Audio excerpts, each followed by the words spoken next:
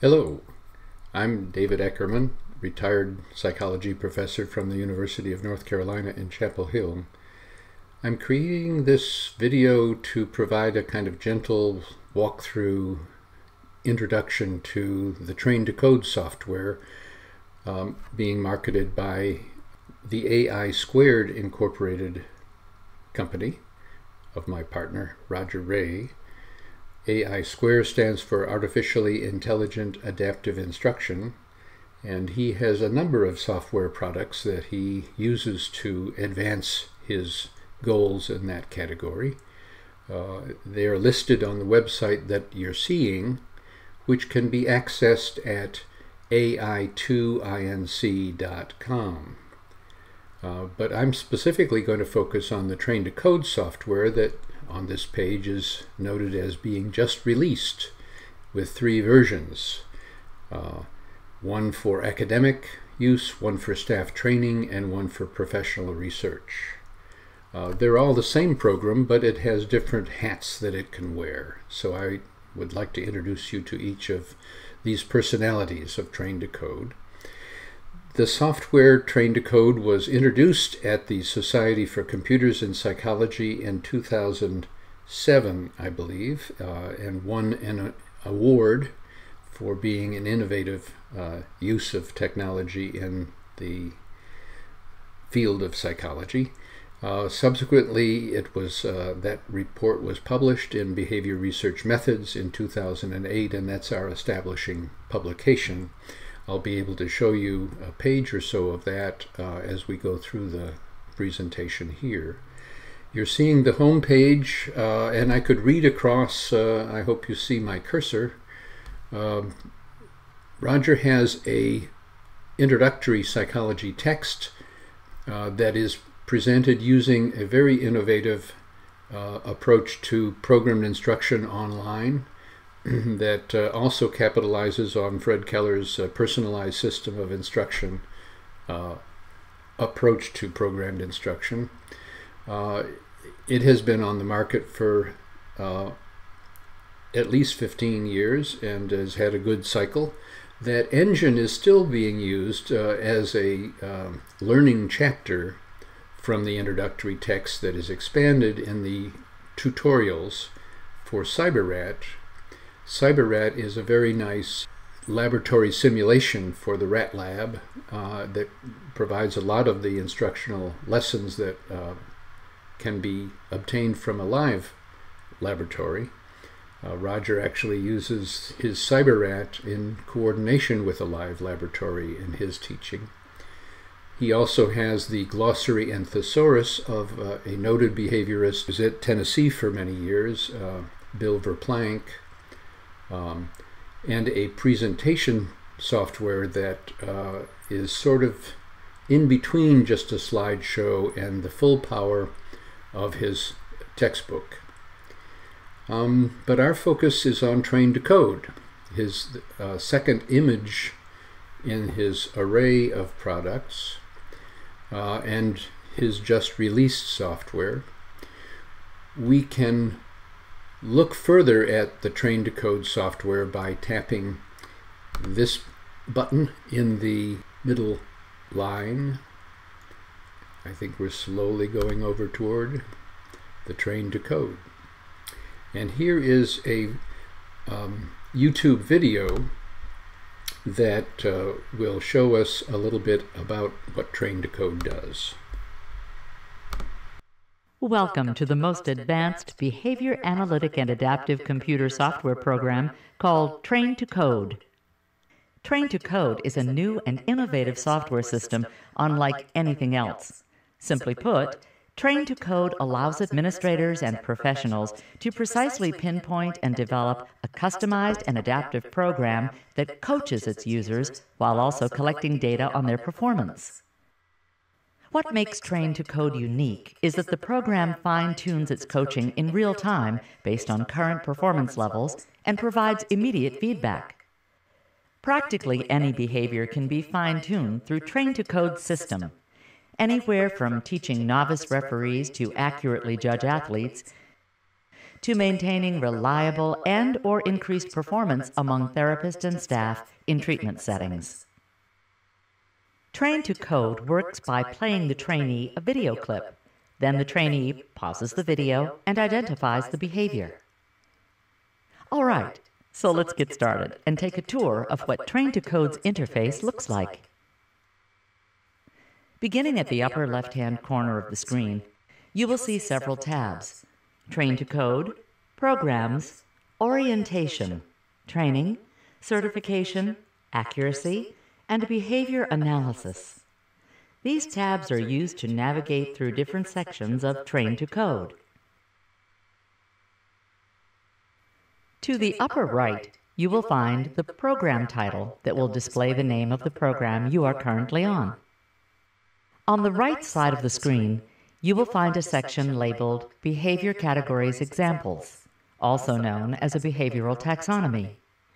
You will see that this section contains many abbreviations for specific behaviors, which will be used by you for identifying and coding different behaviors. At the bottom of this section, you will find a small gray tab labeled Replays Behavior. Like the title suggests, this tab can be used to replay the previous behavior clip. During a Train to Code session, make sure to pay attention to the colored video frame that borders the video display or viewing window. The yellow frame illuminates when an identifiable behavior is ongoing. During this time, you can also look above the viewing window to see the current performance level and the ongoing accuracy score. A red frame illuminates when an identifiable behavior ends without being coded. As you become more proficient, these colored frames will fade. Throughout your training, the active time of your current session will be displayed here. Typically, at the beginning and end of a session in Train to Code, you will be presented with an instructional message such as this. When you are presented with a message, make sure you relax and take your time reading the entire paragraph. Remember, you have as much time as you need.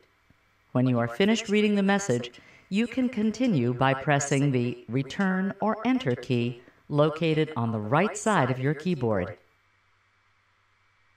Now that you are familiar with Train to Code's interface, let's begin with the necessary keystrokes and commands for analyzing behavior with this system. Throughout Train to Code, you will be presented with video or audio clips of varying length, showing behaviors that you will need to analyze, identify, and code by selecting a term or an abbreviation for the term from the behavioral taxonomy, and using your numbered keypad, which corresponds to the numbered code. You also have the option to use your mouse and cursor for clicking on the relevant code when necessary. After you have gone through each and every behavior code, you will be ready to apply these new skills and begin coding those behaviors in real time.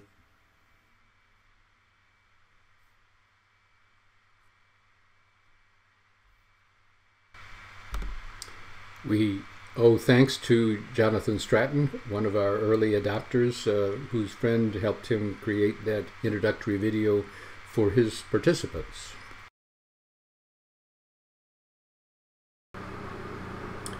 Here we have a sampling of another video that you can find on the website. I'm clicking to say full screen, and here it goes. This is a demonstration of a trainee's experiences in Train to Code.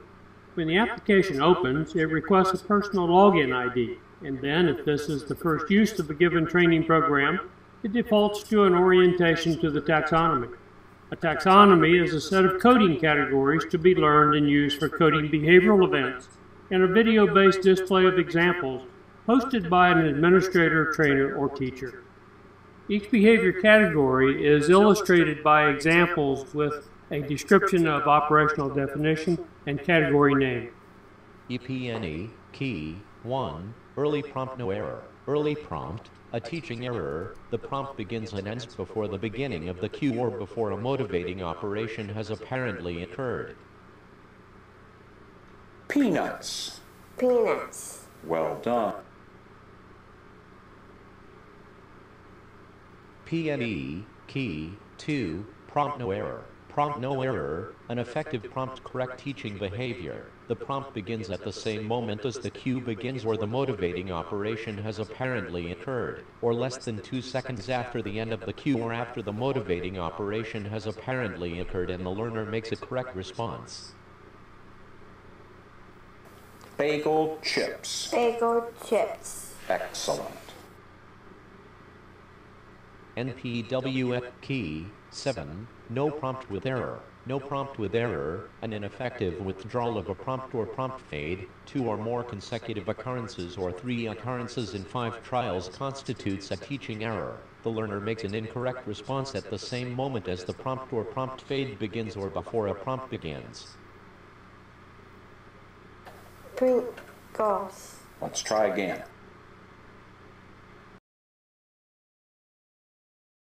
If the training program is a new one, as illustrated here, the trainee begins at the first and lowest level of independence from the system-supplied help through prompting and feedback to guide virtually errorless training on the taxonomy. There are 7 levels of adaptive presentation that progress to fully independent or expert-level coding skills as defined by maintaining 90% accuracy while coding all of the video. The first level supports are summarized by a simple diagram shown at the lower right corner of the screen. Roger, let me jump in and add some more description to that about that diagram. It's a timeline that indicates to the trainee when it is yellow, a yellow frame appearing around the video, a codable event is ongoing. When it's green, a green frame around the window indicates you can still code that event, but it's over. When it's red, that means that you missed an opportunity to code and need to go back and enter a code correctly. Messages appear in different ways for different levels of prompting. You'll see some changes in the time ahead. Now let's go see what a trainee sees during training.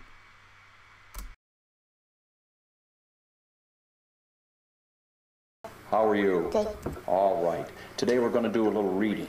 And as you can see, we have some words on some cards. And what I'm going to do is I'm going to point to one card at a time and pointing to the words on each card.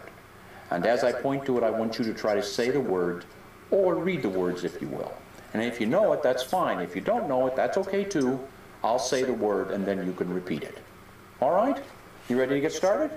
Okay, we're going to get started. Here we go. All right, here's our first one. Bagel chips. Bagel chips. Excellent.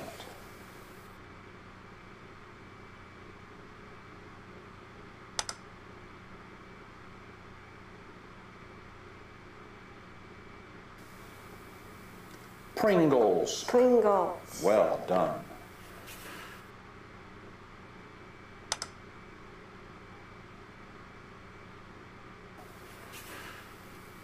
Peanuts. Excellent job.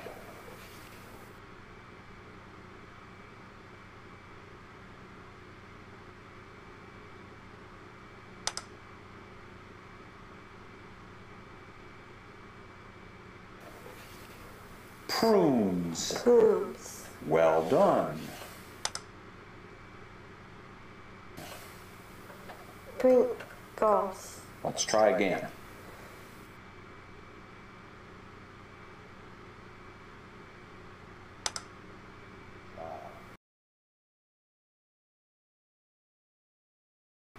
Peanuts.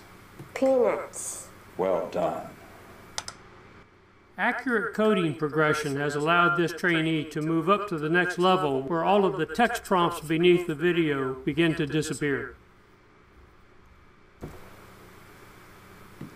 Bagel chips. Very nicely done. Prunes. Very well done. Very well done.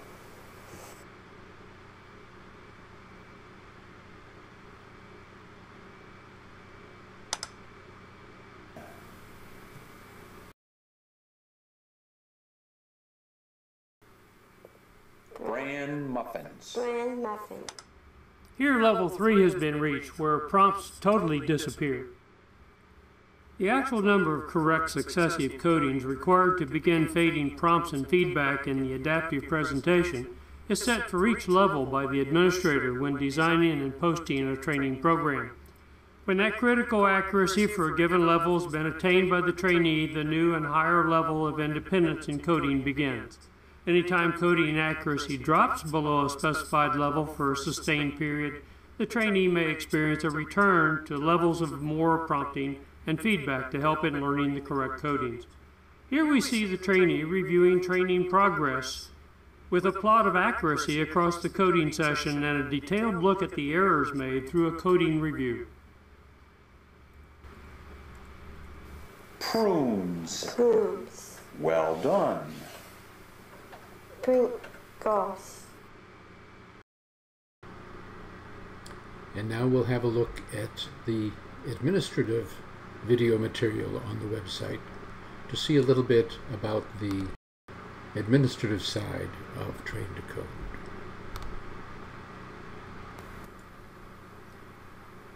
This is a demonstration of the administrative or management mode of Train to Code. Based on a unique activation code, the login is immediately recognized as that of an administrator. When the administrative screen opens, you see a series of menu items. The first of these offers a means for organizing your research programs or courses into subprojects or course sections. Each project or section can have its own list of registered trainees or students. You can post a variety of different training programs for each of these projects or sections.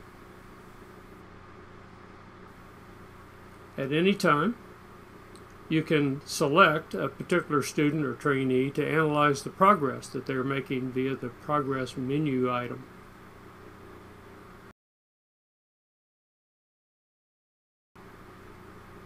At the progress screen, you have to select which training program you want to evaluate for that student. You can see a running average of their accuracy of coding, and you can export the data for these graphs either as column or row data for spreadsheet use as well. There's also a counting analysis, a confusion matrix with simple percent agreement and Cohen's kappa analysis, an analysis of specific category errors, and a coding viewer that allows you to see in real time the corresponding video, the expert's coding of that video, and the trainee's coding inputs along with the category time and all error markings. Administrators have the opportunity to import and manage video files. You can import any video source you'd like and upload it to a remote server for distribution to remote trainee computers. Using the taxonomy menu, you can supply your own coding taxonomy or coding scheme of up to 10 categories. You can also create a subtaxonomy based on any parent taxonomy by deselecting or deactivating any specific categories you'd like, and thus you create a subset of categories for any specific training purpose, as we've just illustrated here.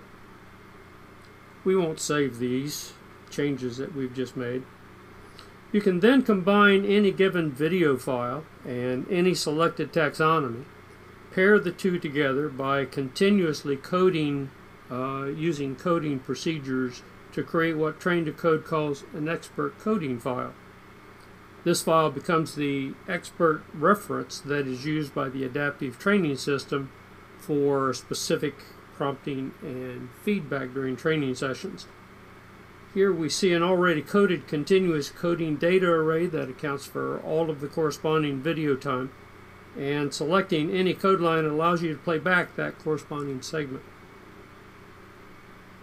These expert codings are then combined into any sequence of multiples to create a unique training program for presentation to trainees. You can then establish unique adaptive parameters for that training program, first by selecting tolerance windows by each skill level to allow coding after a category has ended, and second by setting running average and accuracy requirements for changing from one level to the next in the adaptive system. This allows one to adjust adaptivity to the difficulty of any given taxonomy. This screen also allows you to see which courses or sections to which any training program is posted, but postings of any one or more training programs is accomplished in the record screen, as illustrated here, where 4 different training programs have been posted to the SL100 group condition. There's also a behavior analysis of each coding available to show the frequency of each category. Here we see a confirmation that 10 examples of each of 10 categories and a sign language training program are included in each file. Finally, the Quit Exit button to log out of the program.